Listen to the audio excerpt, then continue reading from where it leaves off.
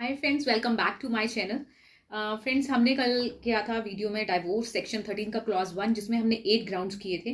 Adultery, cruelty, desertion, conversion, unsoundness of mind, venereal disease and renunciation. और आज जो हम करेंगे, मैंने आपको बोला था कि इतनी जल्दी एक पार्ट में ये कंप्लीट नहीं होने वाला है डाइवोर्स का सेक्शन। तो अब जो नेक्स्ट पार्ट करेंगे वो है सेक्शन 13 का क्लॉज 1A, जो क्या बताता है, ये भी डाइवोर्स का ही है, किन किन ग्राउंड्स के ऊपर डाइवोर्स मिल सकता है। तो सेक्शन 13 का जो क्लॉज 1A है उसमें 2 टाइप से मिल सकता है। एक है जुडिशियल सेपरेशन, जो कि हमने सेक्शन 10 में पढ़ा था। जुडिशियल सेपरेशन में 1 ईयर और मोर डिक्री पास होती है, जिसमें हमें कोहैबिटेशन, हम हस्बैंड वाइफ रहते हैं लेकिन कोहैबिटेशन हमें नहीं, हमारा एक दूसरे के ऊपर कोई भी ऑब्लिगेशंस नहीं रहती हैं, कोई ड्यूटीज़ हमें परफॉर्म नहीं करनी होती हैं। तो ये सेक्शन 10, जिसने नहीं देखा, जुडिशियल सेपरेशन नहीं पढ़ा होगा, वो मेरी पिछली वीडियो में, जिसके ऊपर मैंने जुडिशियल सेपरेशन के ऊपर सेक्शन 10 की एक वीडियो बनाई हुई है, वहां देख सकते हो।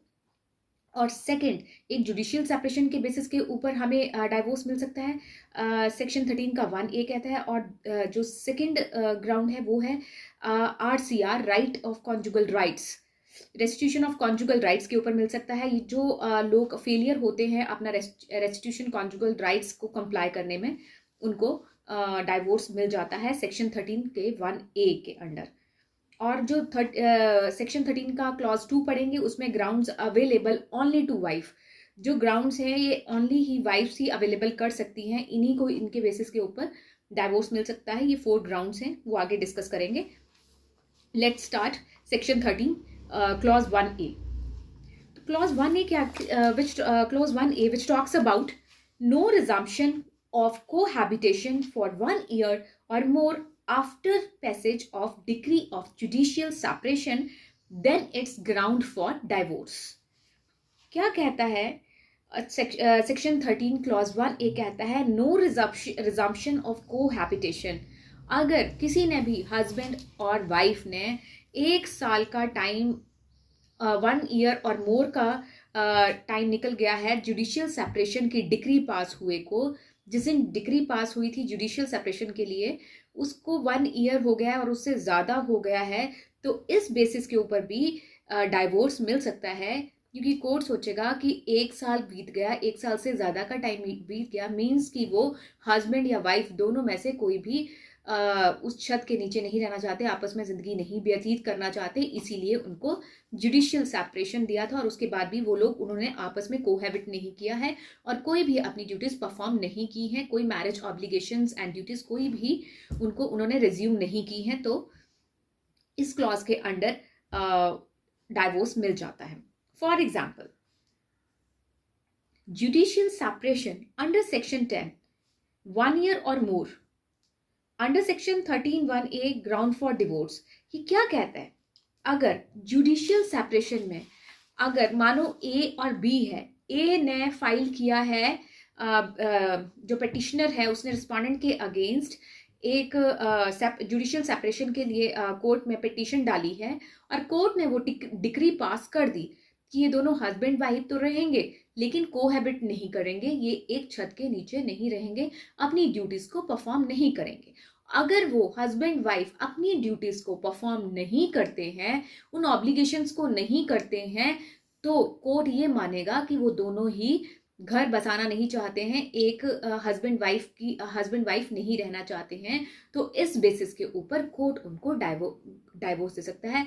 इसीलिए पिटिशनर या रिस्पोंडेंट दोनों ही अपना ग्राउंड फॉर डिवोर्स पिटिशन डाल सकते हैं कोर्ट में, और कोर्ट बहुत जल्दी ही उनको डाइवोर्स भी मिल जाएगा। सेक्शन 13 का 1A का क्लॉज 2 है, एक सब क्लॉज 2 है, जो कहता है no restitution of conjugal rights between the parties for 1 year और more after the passing of decree of restitution of conjugal rights, ground for divorce है ये भी। अब ये क्या कहता है, RCR, इसको शॉर्ट में RCR कहते हैं, रेस्टिट्यूशन ऑफ कॉन्जुगल राइट्स को। ये सेक्शन 9 है, इसकी वीडियो भी मैंने अलग से बनाई हुई है, restitution of conjugal rights section 9। इसमें क्या होता है, चाहे वो हस्बैंड हो या वाइफ हो, वो दोनों इकट्ठे ही पहले रह रहे होते हैं, लेकिन उनमें से कोई भी, चाहे वाइफ है, वो घर छोड़कर अपने घर चली जाती है, अपने मायके चली जाती है और वहां से नहीं आती है, तो हस्बैंड क्या करता है, कोर्ट में एक पिटिशन डालता है कि सेक्शन 9 के अंडर एक पिटिशन डालते हैं कि मैं अपनी वाइफ को वापस बुलाना चाहता हूँ कि वो वापस अपने घर आ जाए और हम एक अच्छे मतलब कि एक अच्छी तरह से हस्बैंड और वाइफ बन के रहेंगे। फिर कोर्ट अगर ये रेस्टिट्यूशन की जो डिक्री है वो पास कर देता है और वाइफ को कहता है कि आपको घर पे जाना ही जाना है, मतलब कि आप अपने हस्बैंड के पास जाओ, फिर भी 1 ईयर और मोर देन 1 ईयर अगर वाइफ उस डिक्री का कंप्लायंस नहीं करती है, नॉन कंप्लायंस करती है, उसको उस डिक्री को नहीं मानती है, तो कोर्ट ये समझती है कि ये दोनों नहीं रहना चाहते हैं और इस ग्राउंड के बेसिस के ऊपर डाइवोर्स मिल जाता है। तो ये था रेस्टिट्यूशन ऑफ कॉन्जुगल राइट्स, जो कि सेक्शन 9 का है। ये वीडियो में देख सकते हो, पूरा मैंने लेक्चर दिया है इसके ऊपर भी। तो सेक्शन 13(1)(a) के अंडर इसमें भी हमें डाइवोर्स मिल जाता है। अब जो है सेक्शन 13 का क्लॉज 2, ये है grounds available only to wife. ये सिर्फ वो ग्राउंड्स हैं सेक्शन 13 के क्लॉज 2 में जो सिर्फ वाइफ ही अवेल कर सकती हैं, हस्बैंड अवेल नहीं कर सकता है। वाइफ को ही इन बेसिस के ऊपर डाइवोर्स मिल सकता है, हस्बैंड को नहीं। अब कौन कौन से ग्राउंड्स हैं? सबसे 4 ग्राउंड्स है। नंबर 1 पे आता है बाइगेमी। आपको पता है बाइगेमी मैंने बताया था, जो 2 शादियां कर लेते हैं वो, और रेप हो, सोडोमी एंड बेस्टेलिटी। थर्ड है non resumption of cohabitation for 1 year और more after decree for maintenance. And fourth है option of puberty. Let's start discuss with bigamy. Bigamy क्या होती है? Wife was married before commencement of this act. इस act Hindu marriage act 1955 से पहले wife was married before commencement of this, इस act से पहले अगर उसकी शादी होती है, हो गई थी वाइफ की, तो respondent married again before commencement of this act. इसी एक्ट के अंदर वो एक और शादी कर लेता है, दोबारा शादी कर लेता है is before commencement of this act at the time of bigamies. जिस टाइम पे वो बाइगैमीज कर रहा है, जिस टाइम पे वो 2 शादियां कर रहा है, any of his previous wife was alive, अगर उसकी पहले वाली वाइफ जिंदा होती है, तो जो सेकंड जिसके साथ कर रहा है वो इस बेसिस के ऊपर बाइगैमी का अपने हस्बैंड के ऊपर पर्चा डाल सकती है कि ये शादी मेरे को इस बेसिस के ऊपर डाइवोर्स चाहिए। और बाइगैमी में पनिशेबल भी है bigamy under section 494 and 495 CRPC के तहत इसको पनिशमेंट भी मिलती है और कुछ फाइन भी होता है। सेकंड है रेप, सोडोमी एंड बेस्टेलिटी। अगर the wife can file a decree for divorce, wife जो है डिक्री कर सकती है फाइल डिवोर्स के लिए, if the husband has at any time after the solemnization of marriage, जब से उसकी शादी हुई है उस दौरान, been guilty of rape, sodomy और बेस्टेलिटी, अगर उसके खिलाफ कोई भी गिल्टी हुई है, रेप किया है उसने, कोई भी सोडोमी किया है, बेस्टेलिटी किया है, कुछ भी किया है हस्बैंड ने शादी के दौरान किसी और के साथ, तो वो गिल्ट हुआ है, तो वाइफ इस बेसिस के ऊपर भी हस्बैंड को डिवोर्स दे सकती है, हस्बैंड नहीं वाइफ।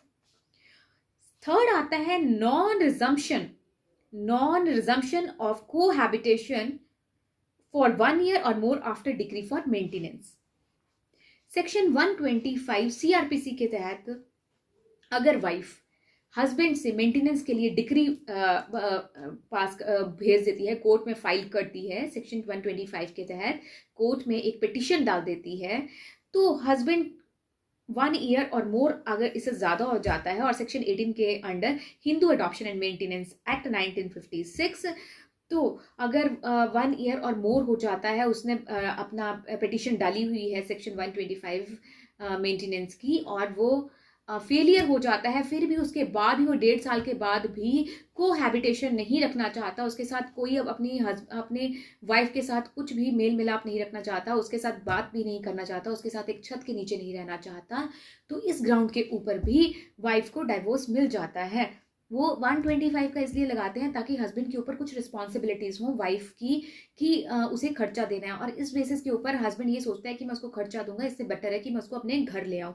इस कुछ अगर लेडीज जो वाइफ्स होती हैं, अगर वो मेंटेनेंस का भी पर्चा डालती हैं, तो भी हस्बैंड के ऊपर ये ऑब्लिगेशन हो जाती है कि हमें मेंटेनेंस देना ही होगा उसको, अगर फिर भी वो दोनों सोचते हैं कि नहीं चलो तुम घर पे रहो तो मैं तुम्हें वहीं पे खर्चा दूंगा, तो इस बेसिस के ऊपर अगर 1 ईयर और मोर हो जाता है, वो कहता है ठीक है जी मैं खर्चा देता रहूंगा लेकिन मैं इसको अपने साथ नहीं रख सकता, इस बेसिस के ऊपर भी डाइवोर्स मिल जाता है।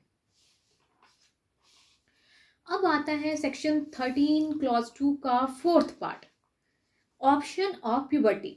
ऑप्शन ऑफ प्यूबर्टी क्या है? Marriage solemnized before wife attained age of 15 years. अगर 15 साल से छोटी लड़की की चाइल्ड मैरिज होती है, अगर उसकी शादी हो गई है तो she can repudiate marriage. Repudiate क्या होता है? Cancel marriage. She can cancel the marriage whether consummated और नॉट। अगर उसने कॉन्ज्यूमेट किया है हस्बैंड के साथ तब भी, और अगर कॉन्ज्यूमेट नहीं किया है तब भी, इस बेसिस के ऊपर भी उसकी मैरिज क्या हो जाएगी? कैंसिल हो जाएगी। और after attaining 15 years but before the age of 18 years she can cancel her marriage. वो अपनी शादी को कैंसिल कर सकती है बिफोर 18 ईयर्स और at the age attaining age of 15 years. 15 साल की होने के बाद और 18 साल से पहले वो कोर्ट में केस दाखिल कर सकती है। She can cancel her marriage, अपनी शादी को कैंसिल करवा सकती है कोर्ट में केस करके, बिकॉज क्योंकि जब उसकी 15 साल से पहले शादी हुई थी तो वो चाइल्ड मैरिज के तहत आती है। चाइल्ड मैरिज को वैलिड माना गया है, नहीं माना गया है, ये तो कुछ नहीं बताया, लेकिन ये पनिशेबल एक्ट है और इसको पनिशेबल माना गया है, इसमें पनिशमेंट भी है। तो फ्रेंड्स ये था हमारा आज का सेशन, हिंदू मैरिज एक्ट 1955 का, डिवोर्स का हम पढ़ रहे थे। ये सेकंड पार्ट है जिसमें हमने सेक्शन 13(1)(a) किया है, जिसमें judicial separation and rights of conjugal rights के फेलियर ऑफ कंप्लायंस पढ़े हैं, और सेक्शन 13(2) पढ़ा है जिसमें grounds available only to wife हैं, और कौन कौन से ग्राउंड्स हैं ये भी हमने, bigamy, rape, sodomy and bestiality, non resumption of cohabitation of 1 year और more, and option of puberty, ये सारे किए हैं। अगर आपको इनमें से कोई भी प्रॉब्लम आई हो तो प्लीज़ कमेंट सेक्शन में लिख देना, मैं बता दूंगी आपको, एक नेक्स्ट वीडियो, एक छोटी सी वीडियो उसके ऊपर बना दूंगी। सो ये था हमारा डाइवोर्स, लेकिन इसके बाद हम करेंगे अभी नेक्स्ट वीडियो में सेक्शन 13(b) जिसमें डिवोर्स बाय म्यूचुअल कंसेंट, और इसका प्रोसीजर क्या है म्यूचुअल कंसेंट का, और कैसे कैसे मिल जाता है, म्यूचुअल कंसेंट होता है दोनों साइड से डाइवोर्स, तो ये पढ़ेंगे हम नेक्स्ट वीडियो में। सो मिलते हैं नेक्स्ट वीडियो में। Thank you for watching. Okay, bye bye. अगर आपको मेरा ये वीडियो अच्छा लगा हो तो प्लीज़ लाइक, कमेंट, शेयर ज़रूर करना। Bye bye.